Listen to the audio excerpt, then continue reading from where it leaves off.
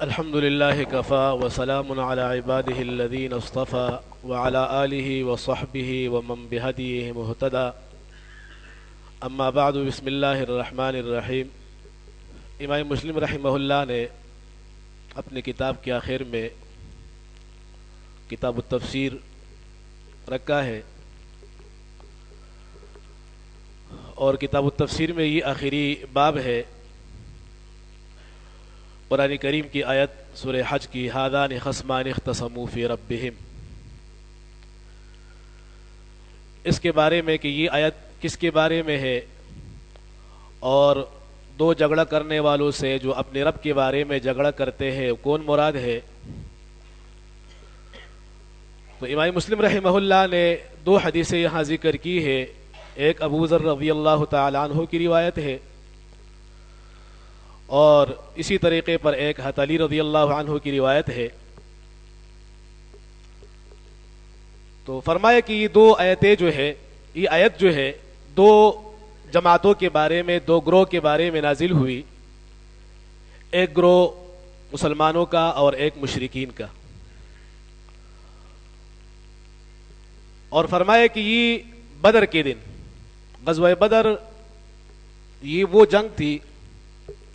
کفر اور اسلام کا سب سے پہلا معرکہ، کہ اس جنگ کی وجہ سے، اس غزوے کی وجہ سے اللہ نے مسلمانوں کو اور اسلام کو عزت دی، قوت دی، شان و شوکت نصیب فرمایا، اور کفر کا غرور جو ہے وہ خاک میں مل گیا۔ غزوہ بدر کے موقع پر جب مسلمانوں کا اور مشرکین کا آمنا سامنا ہوا تو مسلمانوں کی تعداد 313 تھی، اور اسلحہ بھی اتنا نہیں تھا، اور مقابلے میں کفار کی تعداد 1000 تھی، اور وہ بالکل مسلح اور بڑے غرور اور تکبر کے ساتھ آئے ہوئے تھے، مسلمانوں کو ختم کرنے کے لیے، اسلام کو ختم کرنے کے لیے اپنے ساتھ گانے بجانے کے آلات، عورتوں کو بھی ساتھ لائے تاکہ یہ ہمیں غیرت دلائے اور ہم پیچھے نہ ہٹے اور اسلام کا صفایا کر دے، مسلمانوں کا صفایا کر دے۔ تو جب آمنے سامنے ہوا دونوں لشکروں کا تو کفار کی طرف سے اعلان ہوا، آواز آئی، حل من مبارز، ہے کوئی ہمارا مقابلہ کرنے والا جو ہمارے ساتھ میدان میں اتر کر کے مقابلہ کرے؟ تو صحابہ میں سے انصار کے چند نوجوان اٹھے، فرمایا کہ ہم اس چیلنج کو قبول کرتے ہیں اور ہم لڑنے کے لیے آپ کے ساتھ تیار ہیں۔ قریش نے کہا، مشرکین نے، کہ بھئی تمہارے ساتھ ہمیں لڑنا نہیں ہے، تمہارے ساتھ لڑ کر کے ہم اپنی توہین نہیں کر رہے، تم ہمارے ہم پلہ نہیں ہو، ہمارے ساتھ ہمارے خاندان قریش کے جو لوگ مسلمان ہیں وہ ہمارا مقابلہ کرے۔ تو رسول اللہ صلی اللہ علیہ وسلم نے حضرت علی، حضرت حمزہ اور حضرت عبیدہ رضی اللہ رضوان اللہ علیہم اجمعین کو کہا، کھڑے ہو جاؤ اور ان کا مقابلہ کرو۔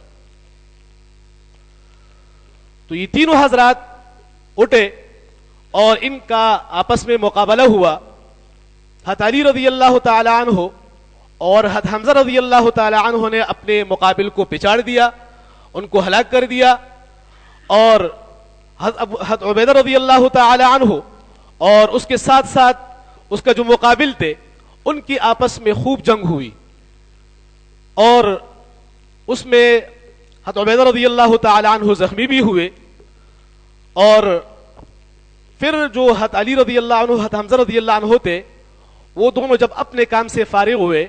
تو حضرت عبیدہ کی مدد کے لیے گئے، اور ان کے مقابل جو کافر تھا اس کو بھی کیا کر دیا، قتل کر دیا، جہنم رسید کر دیا۔ تو اس طریقے پر یہ جو چیلنج کفار نے دیا تھا،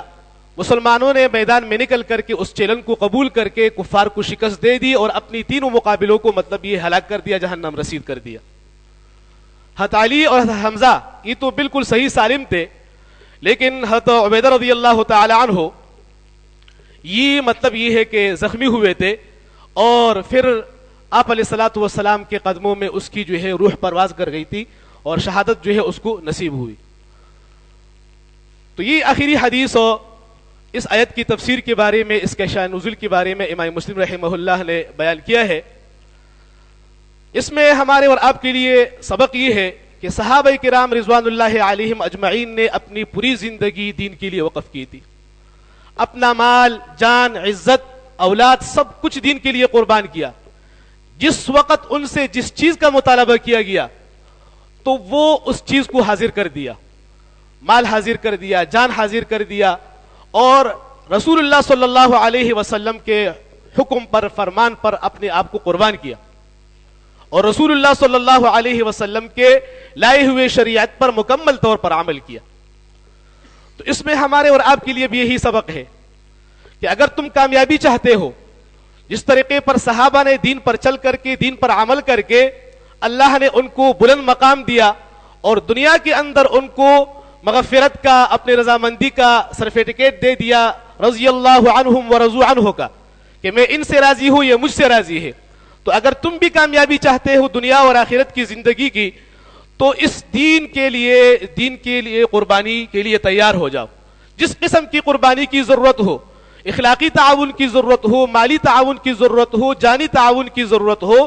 اس کے لیے تم تیار رہو، اور اپنا تن من دن، اپنا مال، سب کچھ دینی اسلام پر قربان کرو گے تو دنیا کے اندر بھی کامیاب رہو گے، آخرت کے اندر بھی کامیاب رہو گے. اور جتنا اس دین سے ہٹو گے، دین پر عمل نہیں کرو گے، قربانی سے اپنے آپ کو پیچھا کرو گے، اتنی ذلت اور رسوائی تمہارے مقدر میں ہوگی. جیسے آج کل مسلمانوں کی حالت ہے کہ قربانی کا جذبہ بالکل ختم ہو گیا، دین پر عمل کا جذبہ ختم ہو گیا. تو اس لیے باقی جو